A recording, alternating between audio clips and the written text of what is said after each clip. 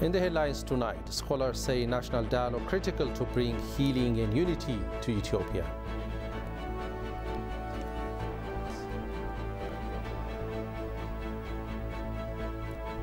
Anna Fitzgerald denounces approaches and contents of Amnesty International and Human Rights Watch report.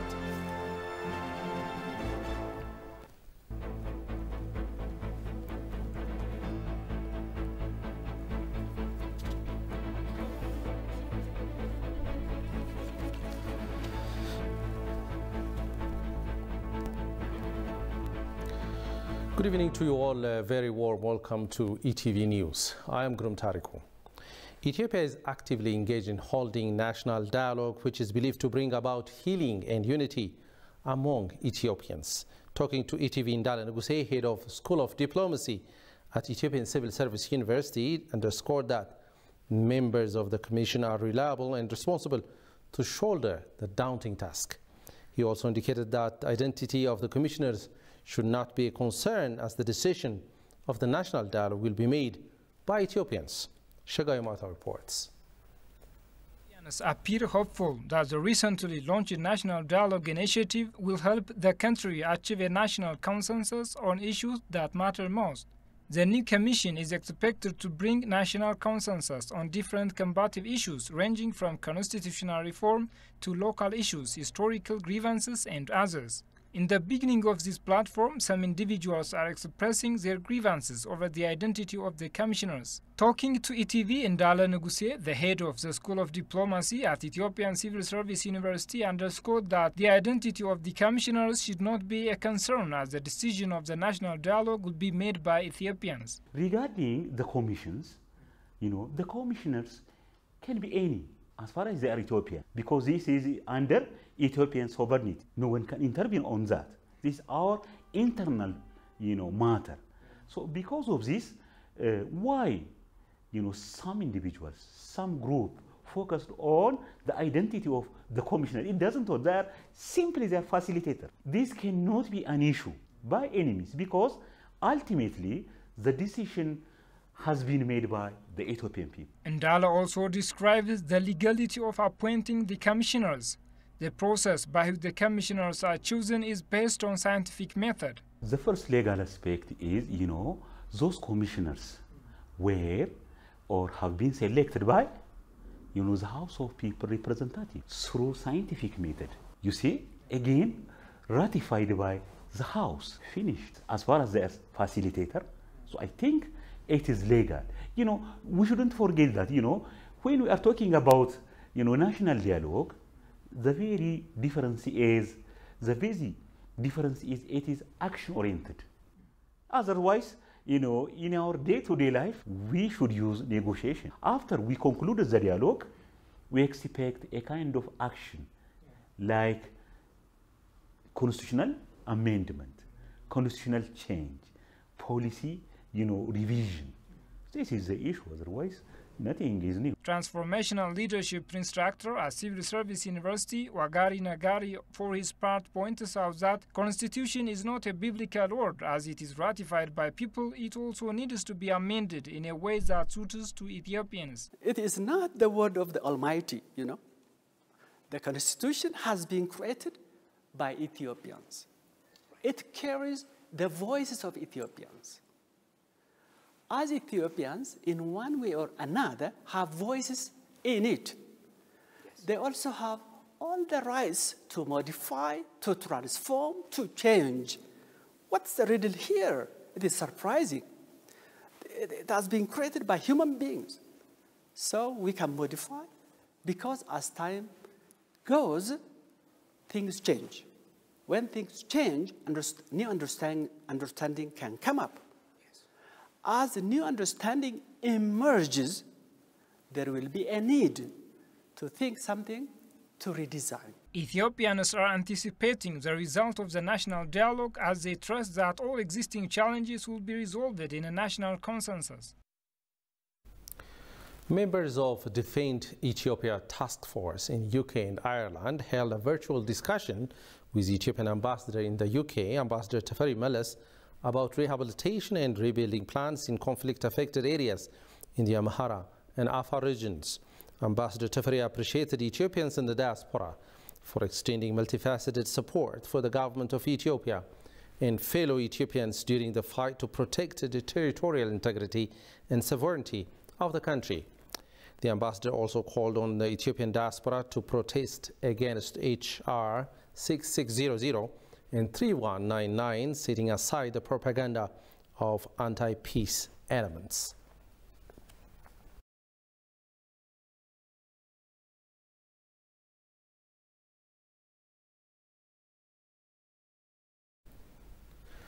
Avocado productivity endeavors Ethiopia embarked upon 2 years ago have become fruitful.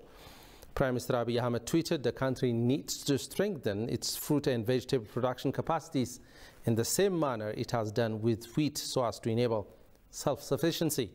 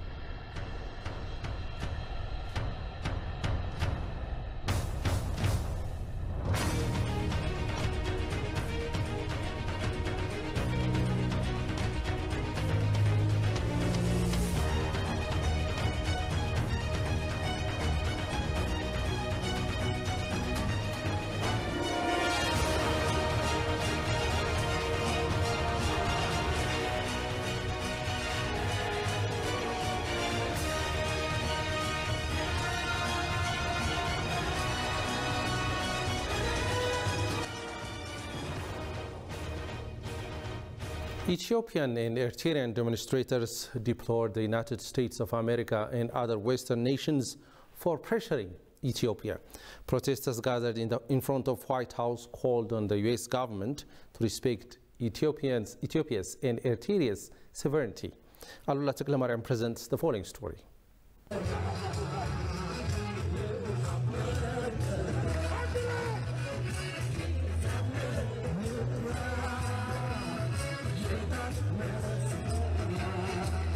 Ethiopia is facing increasing international pressures over the war in Tigray. Many concerned Ethiopians are active enough to reflect to such discrepancies. As some members of the U.S.-American Congress who proposed H.R. 6600 are working relentlessly to get it approved in the United States Congress, Ethio-Eritrean diaspora communities appear to speak out against it. Carrying banners of English printed messages, they call upon the U.S.-America to respect Ethiopia's and Eritrea's sovereignty. No more! No more! No more! No more! Protesters who gathered in front of the White House said the U.S. has to show its neutrality.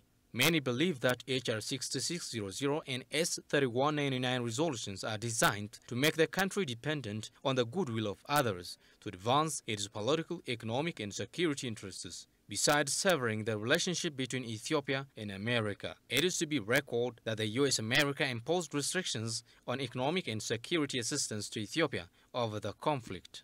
USA! USA! USA! Biden administration!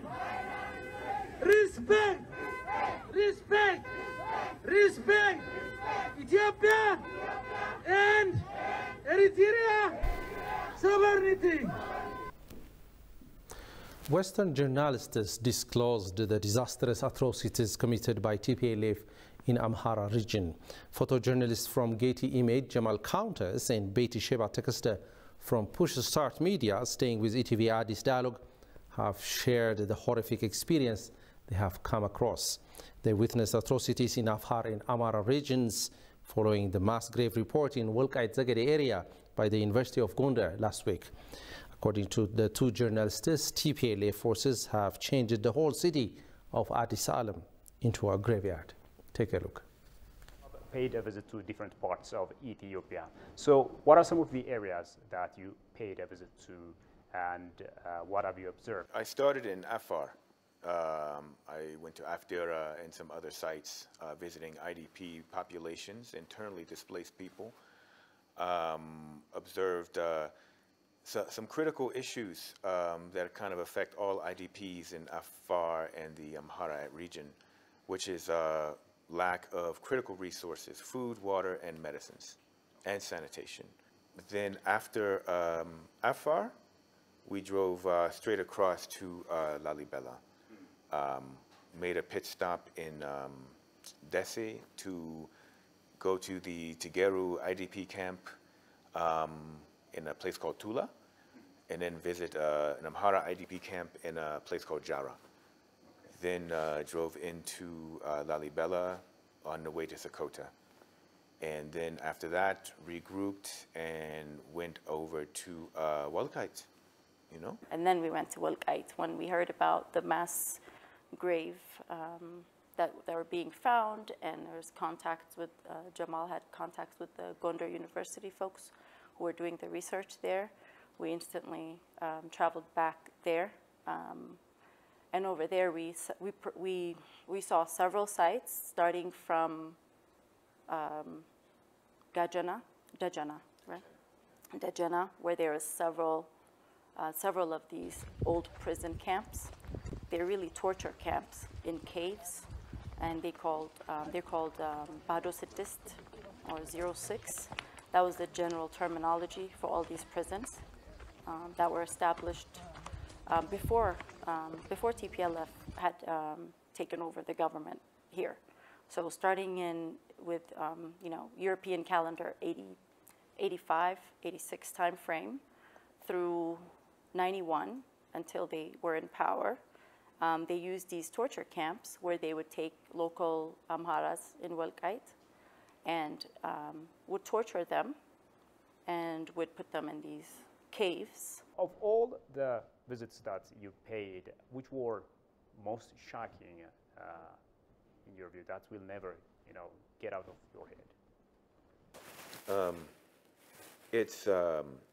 There's one torture center at Gahanib where there's a natural rock formation that kind of comes together. It's a cleft, comes together like this.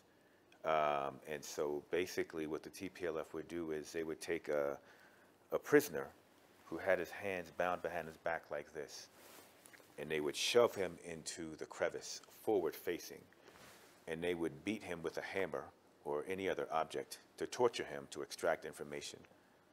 And, it reminded me of, medieval times. I mean, like some of the most brutal things you can do to a human being for, the most ridiculous reasons, or, just the most heinous acts you can imagine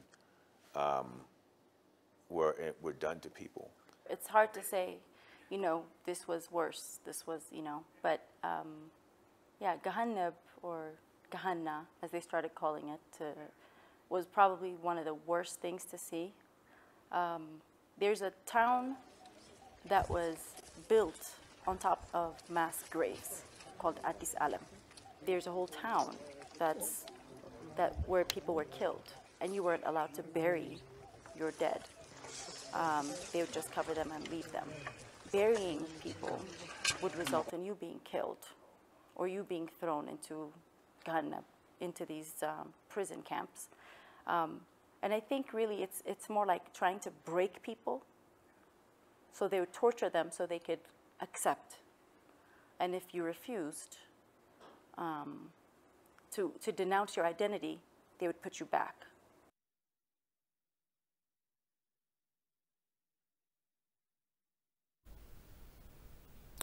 Well, the full version of this interview will come to you right after this news edition.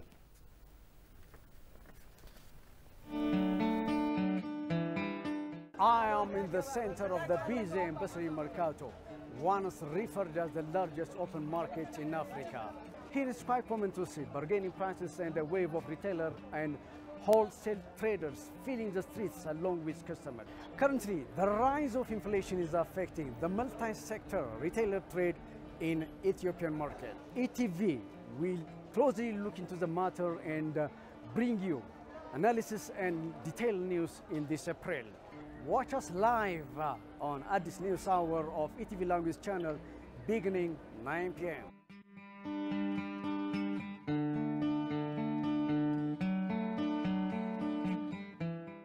Addis Ababa is the political seat of African Union and other international organizations.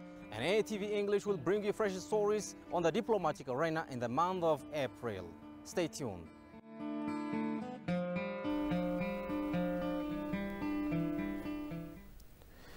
Senior Security and Justice Advisor in UK and Horn of Africa, Professor Anna Fitzgerald, denounces the methodological nature of the Amnesty International and Human Rights Watch reports. Talking to Al Jazeera News, she also questioned the content and findings of the report, as war crimes and ethnic cleansing needs to have very deep and robust investigation. The Ethiopian government also questions the validity of numerous political matters of their report on the allegedly committed crimes. Jerusalem Betsa has the details.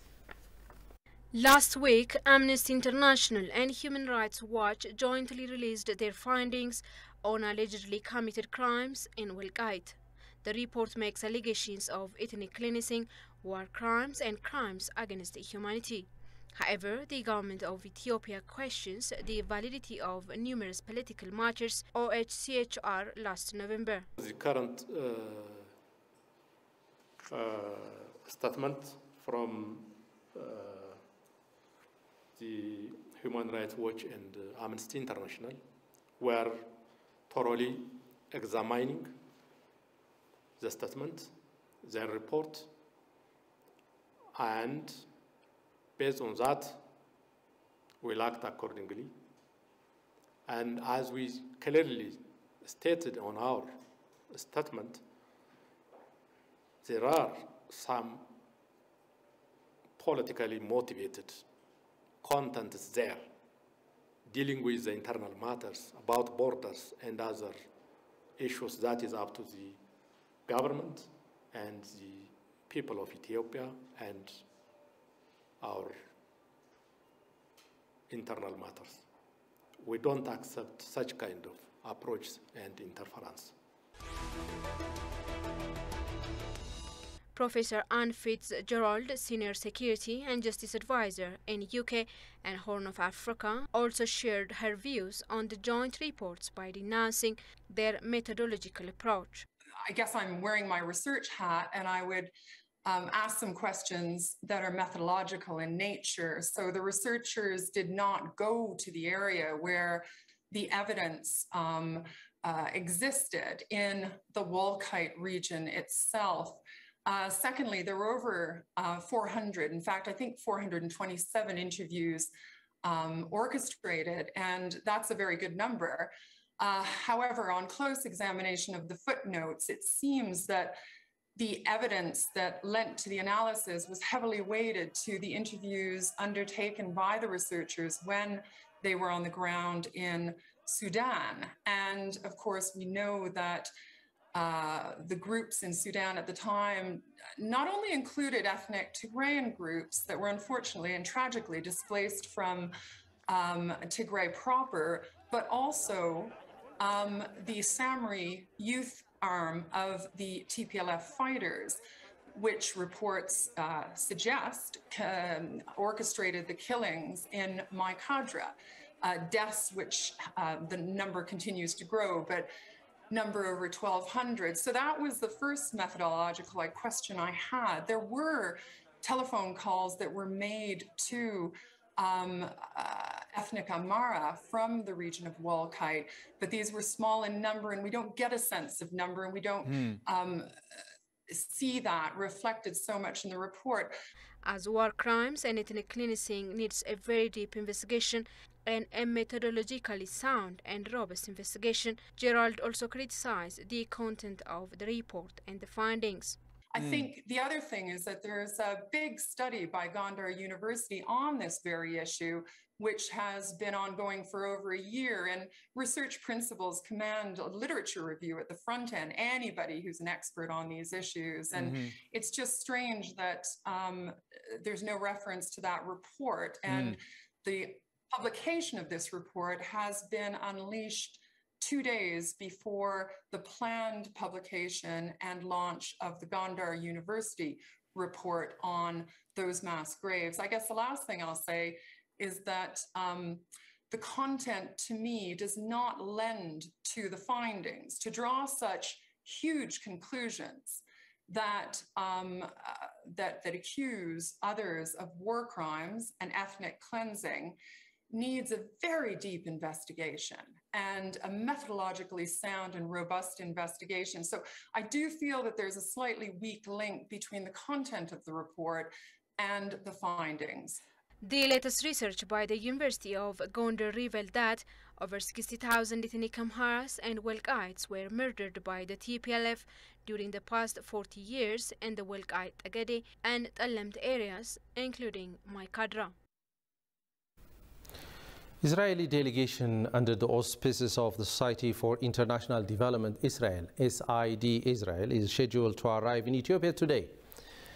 SID Israel, which calls itself an umbrella organization that brings together over 170 Israeli private companies, government agencies, civil society organizations, academic programs and institutions, has coordinated the logistics of this mission.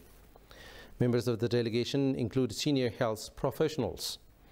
Additional such missions are expected after a permanent coordination mechanism is established between Israel and Ethiopian hospitals. The delegation will treat patients and conduct urgent operations in various parts of the country.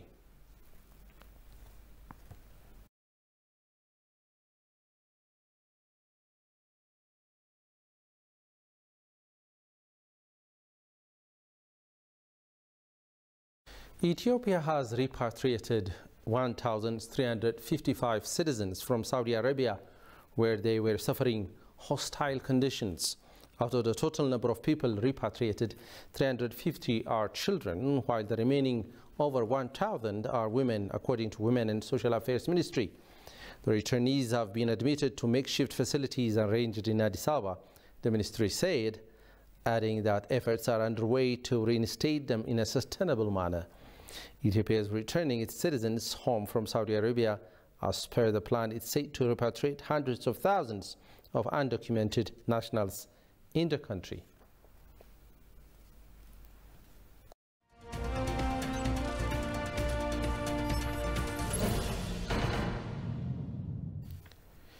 Ethio Telecom has signed a 3-year contract agreement with 5 companies to provide quality telecom service across the country. The contract is expected to boost the digital transformation of the country as well as telecom accessibility. Haptam Washagri has more. Ethio Telecom has signed a 3-year contract agreement with WebSpeaks IT Solution, Viva Tech Trading, Zergao ISP, Skynet IT Solution, and Dule Business Group to provide quality telecom service across the country.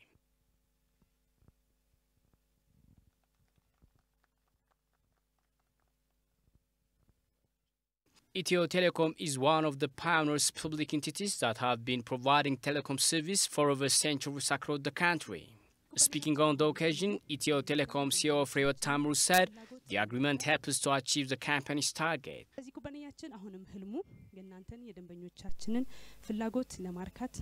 Our company is prioritizing its objective to provide quality telecom service to its customer, to expand infrastructure facilities as well as providing new telecom technologies.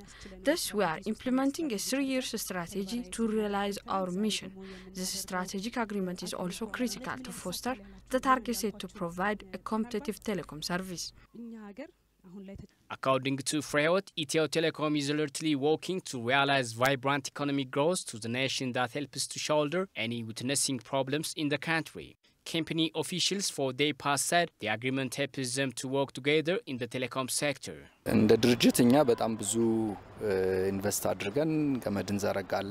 WebPrex, we have been investing in the telecom service. I think this agreement helps us to avoid network interruption problems between companies.